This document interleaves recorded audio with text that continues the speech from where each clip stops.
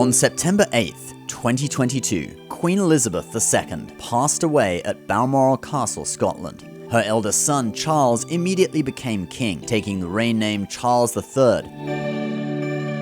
Being king of something comes with incredible wealth. The king of rock and roll had Graceland. The king of pop gets to be worshipped by adoring peasants. The King of England gets several massive estates, national treasures, and a huge portfolio of investments. And in this video, we are going to look through them all and let you in on one dirty little secret the monarchy doesn't want you to know. This is Dirty Money. The Queen's wealth came from several sources, which we cover in our video, How Much Money Does the Queen of England Actually Have? Here's a very quick rundown. You have the Crown Estate, which is basically a huge property empire, accounting for 1.4% of the land in England, and a lot of the seabed around Britain that is rented out to energy companies for offshore wind farms. It's worth about $18.7 billion and the monarch gets 25% of the annual profit from the portfolio, amounting to about $100 million per year. Then we have the Duchy of Lancaster, which is another estate worth £652 million or $757 million, with large farmland, property and mining holdings. This brings in £24 million, which is $28 million per year. Charles will inherit control of both of these, but they are held in trust. They belong to the position of king or queen, but not the person themselves. So while he benefits from the income they produce each year, he is not allowed to sell off the assets and cannot decide who inherits them from him. They will automatically pass to the next king, most likely Prince William. The same goes for national treasures such as the crown jewels, believed to be worth about $4 billion, and the Royal Art Collection. They are property of the crown, not the individual. So he'll inherit them, but he can't sell off priceless paintings in order to fund, say, a private amusement park in the backyard of Buckingham Palace. But then we have the Queen's private wealth, which includes the castle where she passed away, Balmoral, valued at $140 million, and also Sandringham House, valued at $160 million. On top of that, the Queen has a collection of racehorses that do actually win money in competitions. She also has stocks. Maybe she's got a little AMC or GameStop. And speaking of stocks, if you want up to 12 free stocks worth up to over $30,000, luck of the draw what you get, for opening an account and funding it with any amount of money on the stock brokerage app Webull, do check out my link below. Anyway, she also has a private art collection. Most estimates put the Queen's private wealth at about $500 million.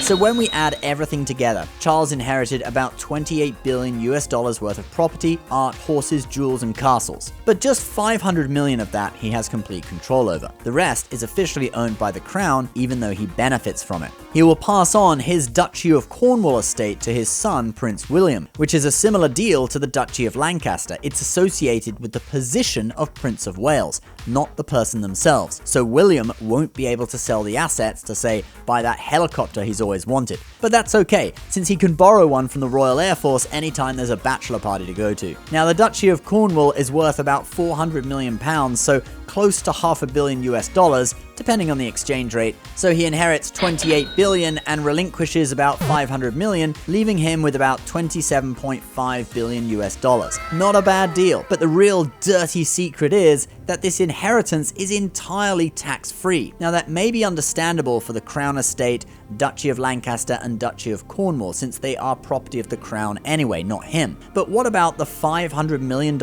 in personal wealth inherited by Charles? To show you just how messed up that is, let's look at what an average person in Britain would have to pay. In the UK, there is no inheritance tax to pay if either the value of your estate is below the £325,000 threshold, close to $500,000, not quite at today's exchange rates, but kind of getting there, or you leave everything above $325,000 to your spouse, civil partner, or a charity or a community amateur sports club. Well, the Queen isn't leaving it to her spouse, civil partner, or community sports club. She's leaving it to her son. So here is what Charles should be paying. The standard inheritance tax rate is 40%. It's only charged on the part of your estate that is above the threshold. Example, your estate is worth £500,000 and your tax-free threshold is $325,000. The inheritance tax charge will be 40% of $175,000. 500,000 minus 325,000. Well, Charles's inheritance is $500 million, and that £325,000 threshold, about $500,000, okay, not quite, but let's just do that for ease of math. So 99% of his inheritance is above the threshold. Thus, he should be paying 40% of that, which would be